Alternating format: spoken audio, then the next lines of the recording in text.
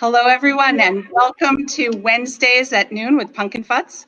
I am Lisa Radcliffe, and I am the founder and CEO of Pumpkin Futz. I'm sitting in today for Shanique Ruiz. Shanique is fine, but we decided that it would be appropriate for me to interview today's guest since she is also a woman entrepreneur. I am interviewing today Sylvia Stein, who is the founder and CEO of Stick Together, which is a wonderful mosaic product that she will tell us more about. But first, I would like to thank all of the essential workers for allowing us to be safe at home.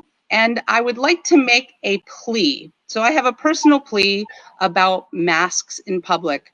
So we as a family have a child who is one of the risk group for COVID-19. He was a 26-weeker, a micro preemie with ongoing lung and heart issues as a result.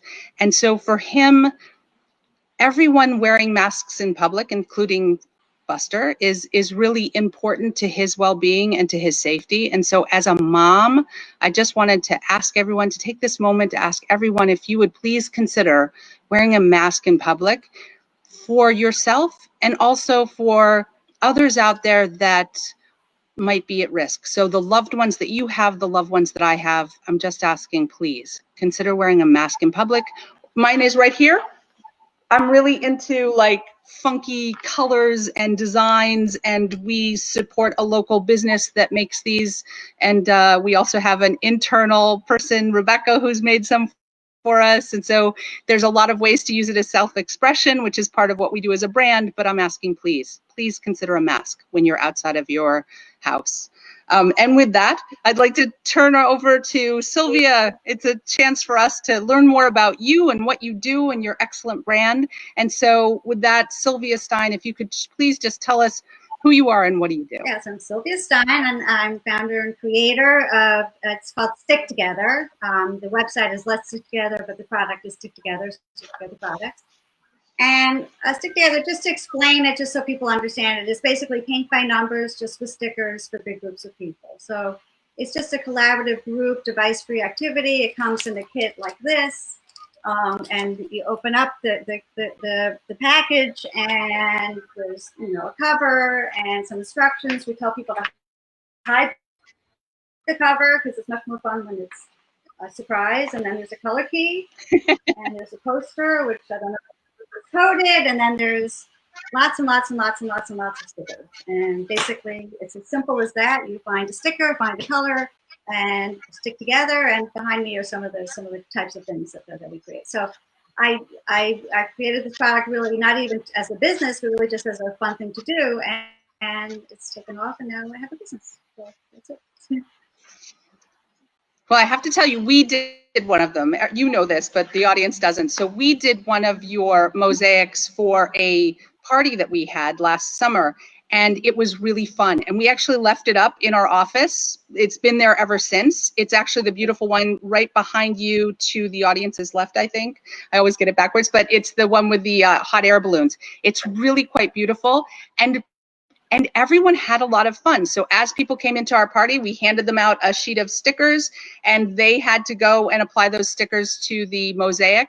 And so over the course of the evening, the mosaic actually built, and it was a really good icebreaker. It was a nice way to get people involved. These are people, it was a business setting. It was a nice just entry into this. They had something they could do instantly and something that brought them together with the other people in the room and fostered conversation. It was a really wonderful process. So I encourage everyone to consider that for their next get together, especially once we are allowed to get together. Can you tell me a little bit about how the product happened? Yeah, so there's sort of a short answer and a longer, more interesting answer. The short answer is that I'd always heard about Maker Faire. For your viewers who may not know it, Maker Faire is sort of this huge festival. There's one in California and one in New York, where people like to make things. And it's sort of it's artists and craft people, a lot of robotics, it's science, a lot of tinkerers. And they had these huge festivals. And there was one in New York that in every September, they no longer have them, unfortunately. 150,000 people come and 900 exhibitors. Wow. And Wow. I always was interested, and I always, you know, I didn't have kids that were that age anymore, so I had no reason to go. So I told a friend who I knew was going to be exhibiting there. I said, "Hey, I'm going to come this year as a way to commit, you know, to going." And she said, "Oh, what are you making?" And that's when I hate the light bulb thing, but a light bulb did go off, and I said, "You know, I'm a maker. I identify as a maker. I've always made things. I made things as a kid. I raised my kids to make things. If we go to a store and we see something we like, you know, we don't say, let's buy that. We say, gee, how can we make that? And so then this idea popped into my head as something to do. Now, there's a more interesting, so how did that happen? I think that's what's more interesting. And I think, you know, for me, this idea, I don't really know. I got to tell you, I don't know. I don't believe in that eureka, you know, light bulb moment, like the idea was fully formed. Many things happened over my life, really, that sort of led to this and many other ideas that I have. And I don't think I'm that different from other people, but I remember two things that happened, and I just think it's interesting to tell these stories. One was, you know, maybe 10 years ago, I knew a lot of teachers who handed out stickers to their students as reward, and I don't know, I sort of thought about, gee, you know, what's that about? And they throw them away, whatever. I don't know what I really thought about that. But then I heard about a study, which I haven't been able to find, so maybe I made it up, but that said that giving kids stickers as a reward really didn't work. And I remember thinking, gee, well, what if those stickers actually added up to something? Maybe would that change the equation? It was just a question that I asked. I remember that. So at that point, I must have somehow had this idea in my head. But there was another experience when I was in high school. Okay, now that's a long time ago. I remember, this is so fascinating. There was a teacher who decided that she thought it would be interesting to get the students to experience a million, the number a million. There's a million this, a million that, you know, we just hit, you know, a million COVID cases, now it's almost 3 million. What is a million? How do you put your arms around that? And so she took a class above me, it wasn't mine, it was all girls. And she took the million, divided it by the number of girls, divided it by the number of days left in the school year, and every girl had to add a million, that number of dots to a long piece of paper. And this went on the entire year. And, you know, the kids got pretty crafty where they would take 10 markers and put tape around them. And then, you know, but everybody had an allotment of dots that they had to put on. And at the end of the year, we had this roll of paper that they put around, you know, the big auditorium, and they did a whole presentation. Anyway, that hadn't made an impression on me. The idea of just everybody, you know, doing their bit, the idea of, so anyway, so something in that, you know, sort of was all sort of percolating. I like to think of a percolator versus a light bulb. So then, you know, fast forward when my friend said, gee, you know, what are you going to make? And this is actually interesting too. I didn't really know what Maker Faire was about. I knew it sort of felt like the right kind of thing. I thought everybody was doing what I was doing. I thought the idea of Maker Faire was you make things together. And so that's why this idea popped into my head. And actually, it's sort of interesting. If I had known more about Maker Faire, I think I might have been intimidated. Would have thought this was too low tech. You know, I would have had a lot of, you know, concerns about it.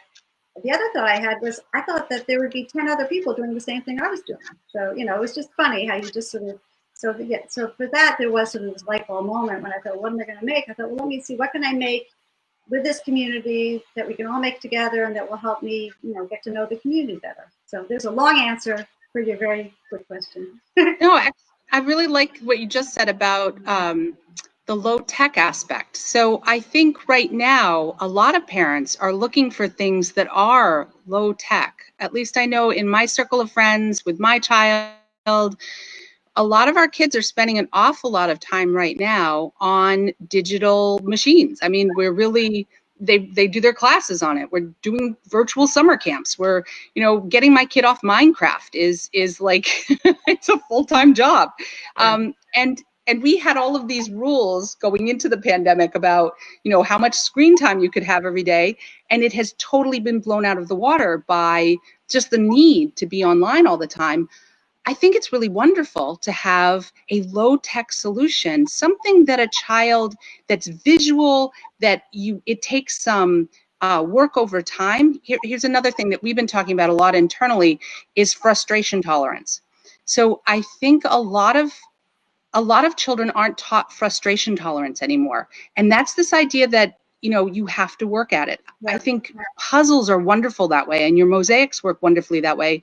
because there's a process of having to stick with it. And it's not the instant gratification. It's something that's a manual process that's very satisfying, that allows you to accomplish a goal, but you have to stick with it and you have to do it manually. I think there's something really, really wonderful about that, especially right now. So Yeah. I love the low tech aspect. A lot of times when you put something out there and you don't really know how it's going to resonate. I mean, and you're right. There's sort of a zeitgeist now of time where, you know, this product just fits. I mean, device free is important. You know, just time to de-stress and also, you know, time together, time to connect, you know, inclusive products, you know, all that. I remember actually very early on, someone at one of these events came up to me and said that they bought most of our kits are 4,000 stickers, but we have large ones that are 7,000 for big groups. She said she bought a large one and she only had she had 2 children who were quite young, and I thought, oh, it's going to be a terrible experience. And she said exactly what you just said, that they loved it because it went on for the whole year, and that they sometimes worked on it. Sometimes they didn't work on it for a month, but then they came back to it, and so and they liked that it taught them this sort of not, you know, sort of delayed gratification. Yeah. So, yeah. I saw the comment by Effortless Art Products, and they make wonderful, also low tech products, and saying the same thing. You know, less screen time. So we're yep, way too much screen time. Starting to talk about something we're telling. I mean, this is promoting my product, but it's stick and story. So the idea is you can listen to a book, but also be doing it. So, you know, but again, time away from screens. I think, you know, I heard about someone the other day whose daughter had some, you know, like eye problems already from. So I think we're going to hear more about this summer. That you know, there's going to be real problems from too much screen time. Yeah. And just yep, there's Robin also saying that she also believes the low tech approach is really nice. I think it's nice to have those options right now. And speaking of low tech, I'd like to ask you about your creative process, because I was really taken. I've really thought we talked a little bit in getting ready for this interview today about your creative process, and I really think you say some things that have resonated with me that I really need to keep front and center, especially right now when we're all so busy. So if you could talk a little bit about what your creative process is and how do you come up with these ideas? Yeah, I mean, I guess I want to start by saying that I don't think I'm that different from anybody else. I really mean that. I mean, I'm not a good creator, but I think it's really, they're just skills that I take to, and that I think I just acknowledge.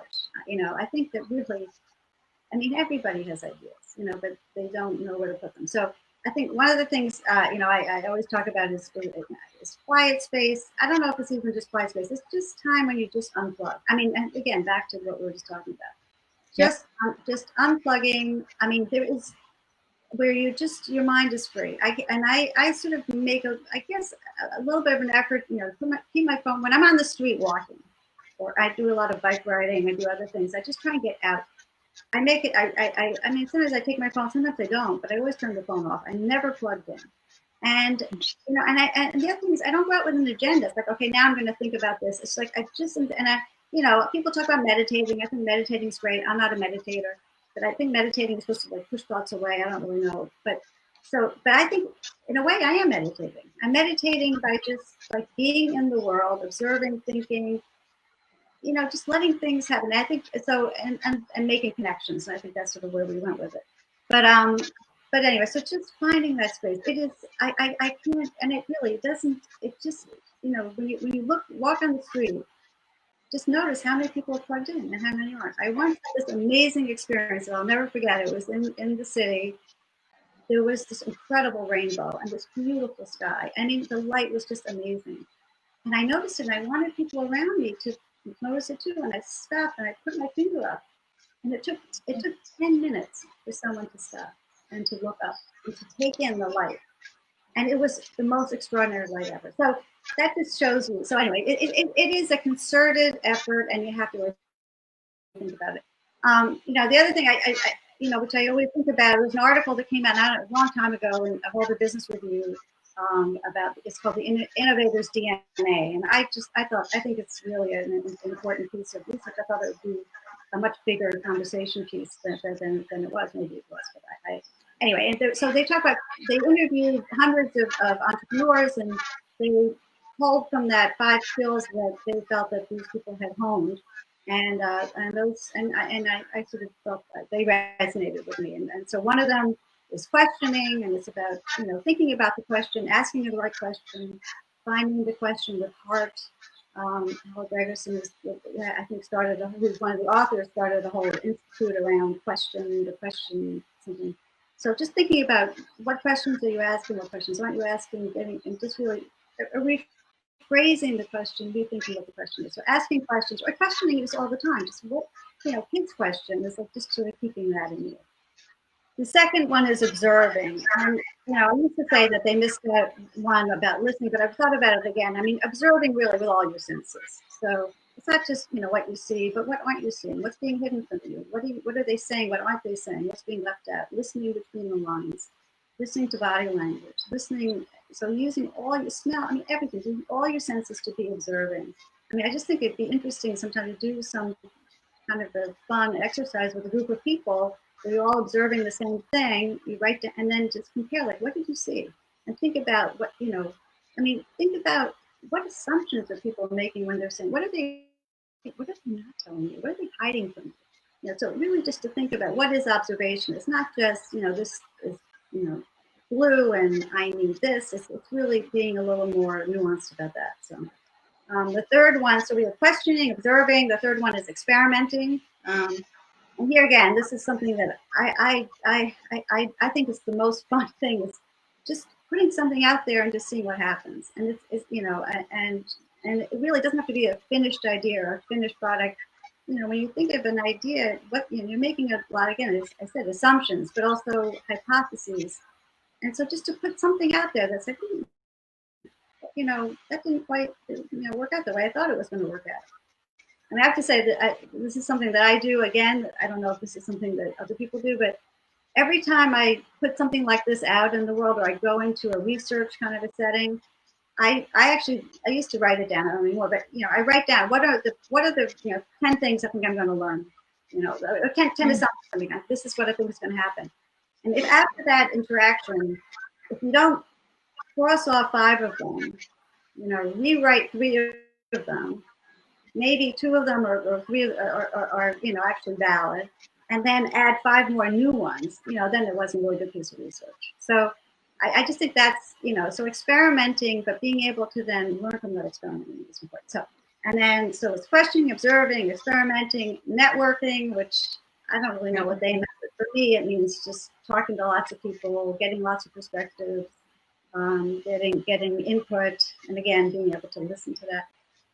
And then the 5th, which is where we sort of started with this in terms of like think time and making connections, is they call it associating, and that's really just about making connections between an observation here, something someone said there, I need there, and really that's what creativity is. And I think that creativity, there's creativity in every single field. It's not just inventing products, but I think that's ultimately what every creative, product is. It's a connection that you make that that others hadn't made, or that just thinking about it slightly differently. So it's funny when you were talking, because this Harvard Business Review article about the 5 skills of entrepreneurs. When I went back to school and got my MBA, I never considered starting my own business, never. And I asked the professor, the professor offered, Dr. Edward Rogoff, who is actually now one of our board members. He said that the one thing you had to be willing to do to be an entrepreneur is constantly learn. And what you've just articulated, that whole series of things, questioning, listening, observing, testing, iterating, making those connections, making that hypothesis, testing it, deciding what was wrong, starting over again. All of that is a process of continual learning. And I've got to say, that's the most fun thing for me of this entrepreneurial process I'm in, is that I love constantly learning something new. It's really, it keeps my brain fresh. It keeps me engaged. It's it's challenging, but it's also a really fun part of being an entrepreneur. So that's it's interesting. So what would you, in looking at what you've learned and everything you just said, what would be your advice to someone who has a new product or a new company? Like, what's that one piece of advice that you would give them? Yeah. So, I'm sure there are lawyers who would, say that, I'm giving you bad advice. But I mean, for me, it's talking to people. It's not being so precious about your idea. It's not hiding it. It's not being worried that someone's going to steal it. I just, believe me, no one in the world is as interested in your idea as you are. It just doesn't happen. So the idea is, really just to talk, to share. I mean, again, with my situation, I wasn't looking to start a business, but wow, it was a great. It was the great way to do it. I spent very little money. I took this thing up, and I learned very, very quickly. From people like that. There was a product here, there was a need. Who the target was? It was librarians sort of came out of the woodwork. I would never have known that. So it's it's talking and then really being, as I said before, being able to listen and to sort of connect the dots, because people you have when you start, you have to be able to hear different people sort of saying different things and be able to understand they're really saying the same. Like we're that's the most powerful research. Like 3 different people, 3 different settings, saying something sort of similar, using different language, using different examples, but they're really sort of honing in on the same sort of emotional benefit or higher order something, and then you have something. So I guess that's my main advice. Now I will say, and I don't know if this might come later when but this is a double-edged sword. So knowing when to listen and knowing when not to listen.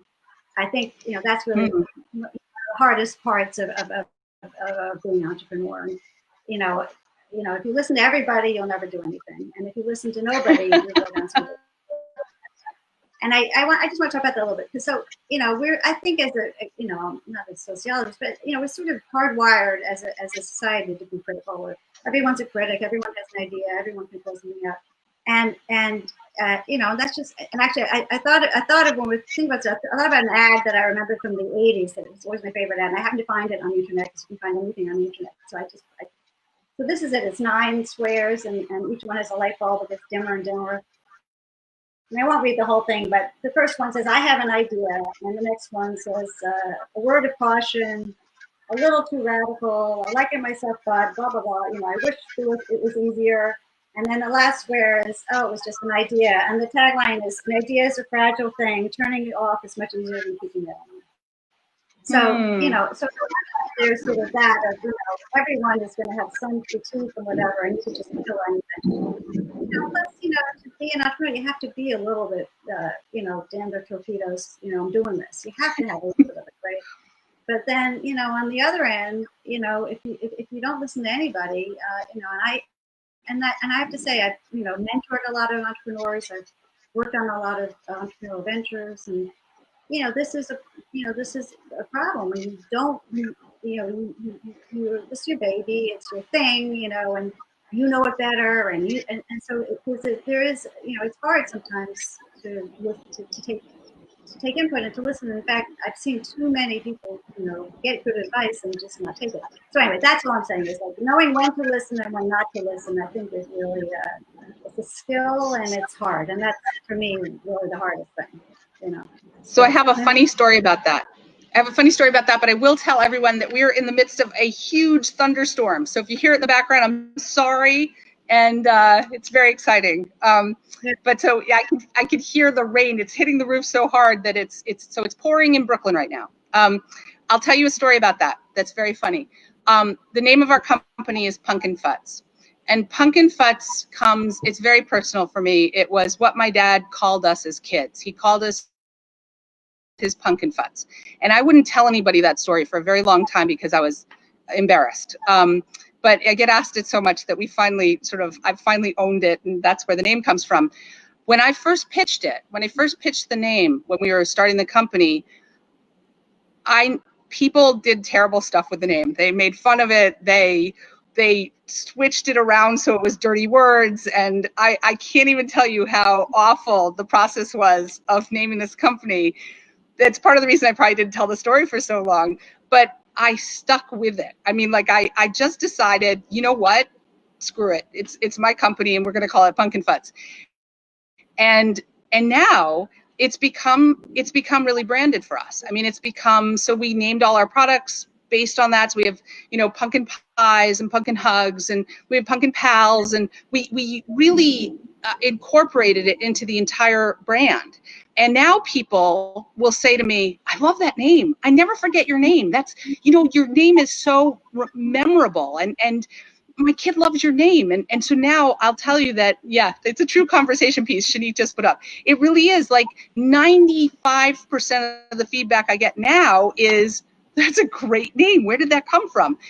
At the start, though, it was the single thing that I was ridiculed for more than any other thing about what we were doing. So it's like you said, you have to know when to listen and when to trust your gut. And it's such a hard process that I really think, yeah, it's a hard thing to learn as an entrepreneur.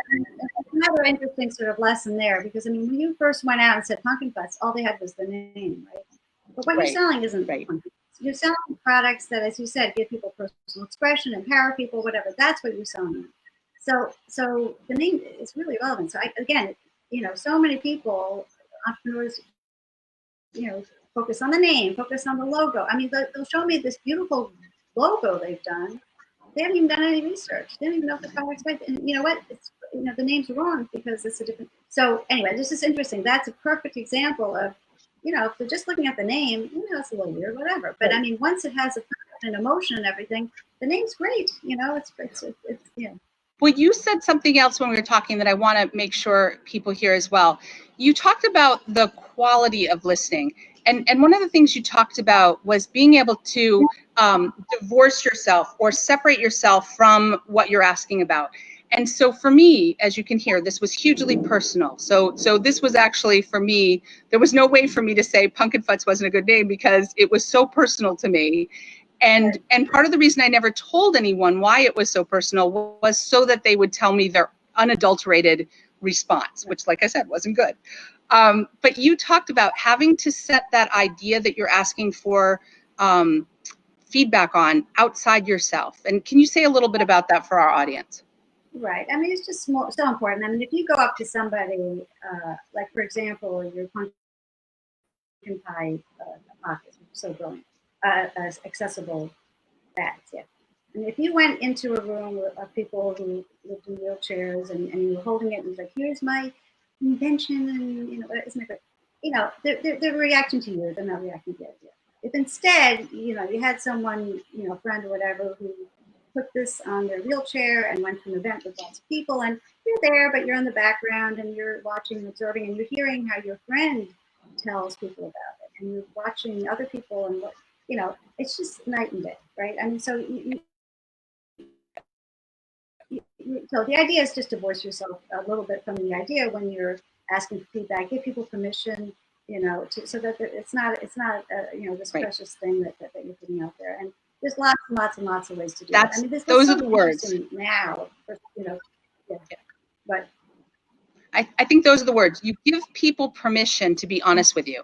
So when you give them that space, like if I went to people and said, hey, this is what my dad called me as a little kid and it means everything to me, what do you think of it? They're not going to say, oh, it sucks. They're going to say, I love it. And you're not going to get the feedback you need. And so being able to divorce yourself from that idea and giving them permission to be honest, I think that's a huge concept. And I loved it when you said it the other day because I hadn't thought about that. I mean, that sounds like once you hear it, you think, well, duh, that's great. That's brilliant. That's exactly what you should be doing. And I hadn't ever thought of it that way. You talked about another thing that I think is really important, which is this testing and iteration. And I was wondering if you know, could you tell us a little bit about your process of testing and iteration? Like, how did you find who you wanted to test and how did you iterate? And if you could talk a little bit about that. Yeah, I mean, again, this example isn't so great with Stick Together because I just happened to do it at a maker fair and sort of, but in that case, I mean, there is a good example there. I think there's so many ways these days. That's what I was starting to say. I mean, the world is just so opened up now to being able to put something out there. So whether, you know, on social media or doing polls or whatever.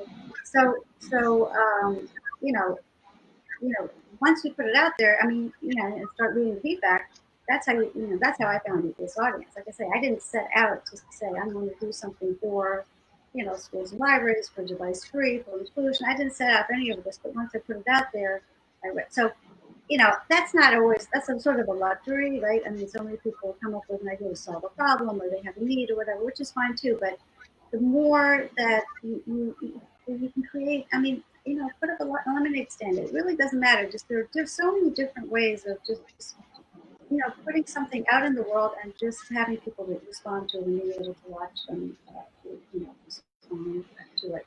And you know, like I said, you know, there's online surveys. There's ways you can do that. But for me, the personal interaction is just, you know, just does so much. You know, you had said something else the other day that I thought was also really helpful for me. It's about hearing your ideas reflected back. One of the things that we did when we first launched, we went to Toy Fair and we tried to explain how our products, while we design for a particular market, we design with universal design. So the whole idea of our products is every kid can use them. So instead of 80% of the kids can use them and the other 20% can't, all of our products are designed so that every kid can, or the greatest majority of kids can access them.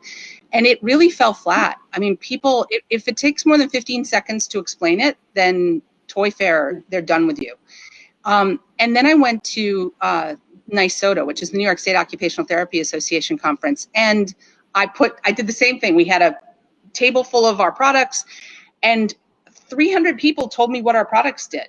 And it was one of those aha moments. It's like, oh, I found my peeps, you know, like we found our people finally. But there was that moment where you have to find the right people to be speaking, right, to give you the input that you need. And I thought it was really interesting the way you said, when you said those words, they reflect it back to you.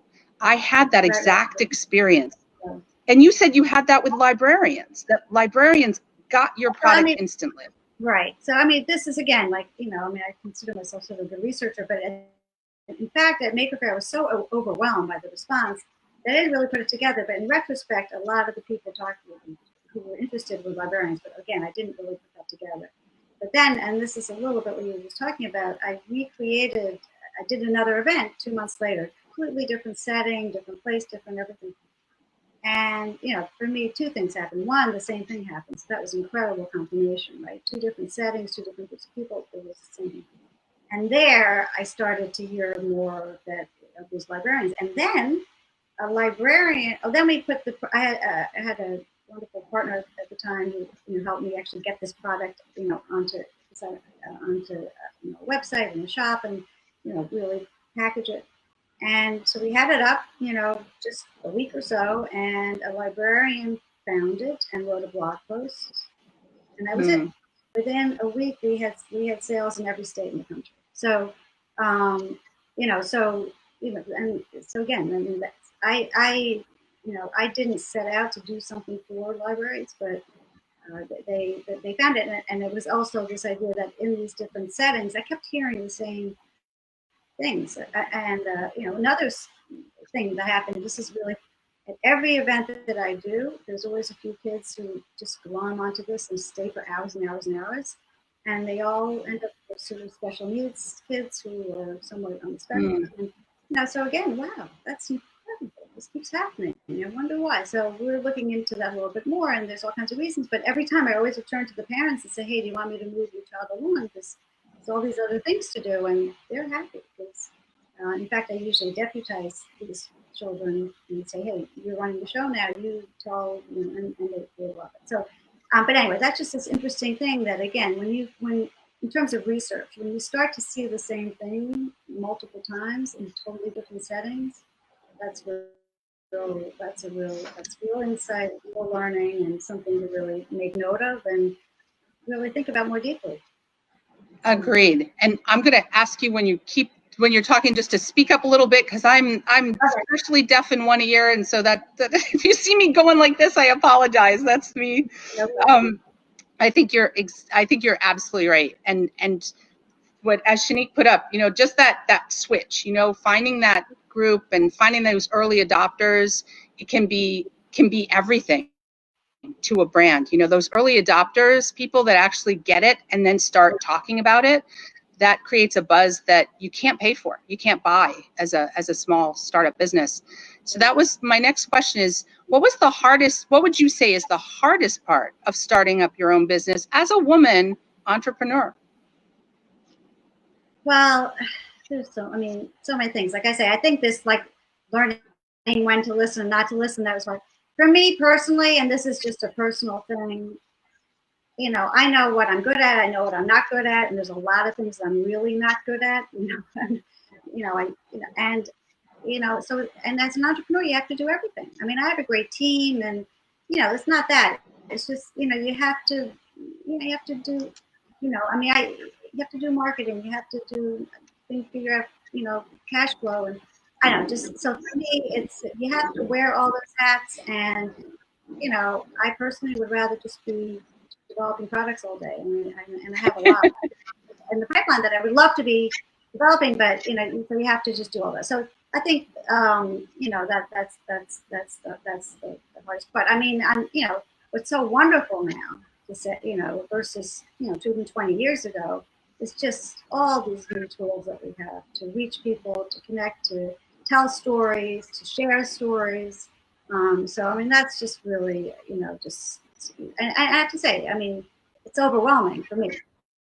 It's a little overwhelming for me, just all of those pieces. So that's, I don't know if that answers your question, but that really makes sense. I love what you said about knowing what you're good at and what you're not good at. And this has been something that Pumpkin Futz has struggled with. If I was just talking to someone the other day about what we do well and what we don't do well. And one of the things that we don't do well is the sales process. And part of that is entirely a reflection of me. That's not something I am comfortable with. And so what we do really well very much ends up being a reflection of me as the founder of the company, and what we don't do well is the same problem. And so I think it's really important for people who start companies to be honest about what they do well and what they don't do well. And so we struggle still with what I don't do well. And I think that's a really good piece of advice. The other thing I think that is really something you said right at the end that I think is important for other entrepreneurs to know is the uncertainty is tough. And the uncertainty is something I constantly want to say to other founders, other small business startup owners, how do you get through that white knuckle moment? The moment when you think, oh my God, I don't know what I'm doing. This wasn't a good idea. Yeah. What do we do now? There's this constant, I don't find it goes away. It happens at different intervals, but there's always this white knuckle moment where you think, wow, did I get this wrong? Was this not a good idea? Should we keep going this direction? Do we go another direction? And I'll tell you that one of the greatest things for me has been meeting people like you, meeting other women in this space, having other startup founders to talk to say, hey, did you get to this moment? What did you do? What do you think of this? And reaching out, I've found that people are incredibly generous with their time and their knowledge and their expertise. You have to be willing to ask. And so that's been the thing that I've been starting to get through those white knuckle moments more and more with people like you. With we've been talking about lots of different things for the past, I think, month and a half maybe.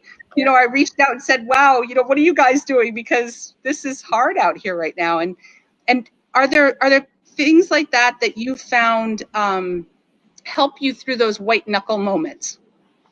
Yeah, so that's a great question, especially right now. I mean, just to, we sell most of the schools and libraries, and they're closed, right? Yeah. So, wow, what a white knuckle moment that was, right?